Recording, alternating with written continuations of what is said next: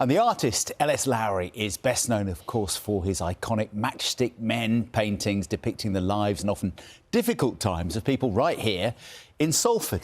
Now, nearly 50 years since his death, a series of previously unheard recordings have been found in a Manchester attic, featuring him in conversation with a friend. Our reporter Suzanne Haley has been listening. A family treasure trove of archive and artefacts, all relating to L.S. Lowry. She's also got a number of kind of postcards that were signed by him, and obviously she collected quite extensively kind of newspaper cuttings on him. Growing up, Michael Bogg remembers his mother's stories about her meetings with the artist and the book she'd hoped to write. She was really taken by his artwork, so she took a lot of notes and made lots and lots of recordings. In 1967, Angela Bogg moved to Eccles to start work at Salford University. She'd spend her lunch breaks admiring Lowry's work at the nearby art gallery. With a keen interest in his work, she decided she'd try to arrange a meeting with him. When she first asked the director of the art gallery, she kind of just said, "Oh, I'd quite like to be able to meet him." And obviously then the director of the art gallery went to Lowry, and I don't think necessarily my mum was expecting much of it at that time. And then when he said yes, then I think that's maybe where the kind of idea grew.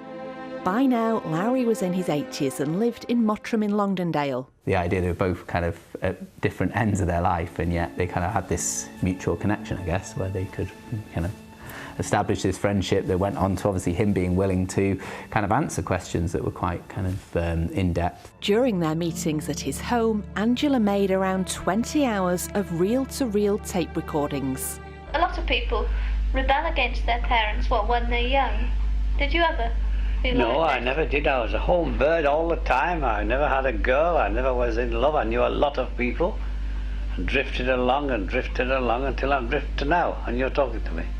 I've been a drifter, you see. When she went there, she said it was kind of completely kind of cluttered with kind of antiques, big kind of pieces of furniture, clocks. He said the chiming of the clocks was something that was quite striking. I don't know what kept me on painting. Something did. Something kept me on. I don't know what it was. And I kept on, you see. It was paintings by, I think, Rossetti, all this kind of collection of things that he had, and it was just kind of all hung kind of higgledy-piggledy around his house on the kind of walls, and to be sat in almost like an Aladdin's cave, I guess, of kind of antiques and artwork. So I was interested in portrait painting until I went to live in Penleigh. And the industrial scene got me, you see, yeah. This is my mum at the Royal Academy as Mr. Lowry's guest. The two became good friends. Angela accompanied Lowry to various events. In 1975, Lowry was awarded honorary degrees by the universities of Salford and Liverpool. The correspondence came to Angela, and she attended the presentations at his Mottram home. L.S. Lowry also gave Angela this pencil and ink sketch as a gift. It featured on the Antiques Roadshow earlier this year. Despite transcribing the audio and collating pages of research, family life took over, and Angela never got round to writing her book. Sadly, she died 2 years ago.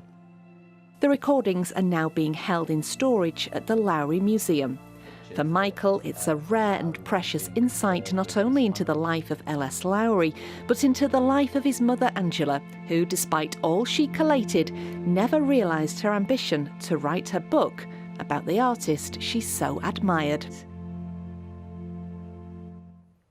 What an incredible story. That friendship is like a movie in the making, isn't it? And she was asking the right questions as well, wasn't she? It was a great interview. Fascinating, it really was. Right.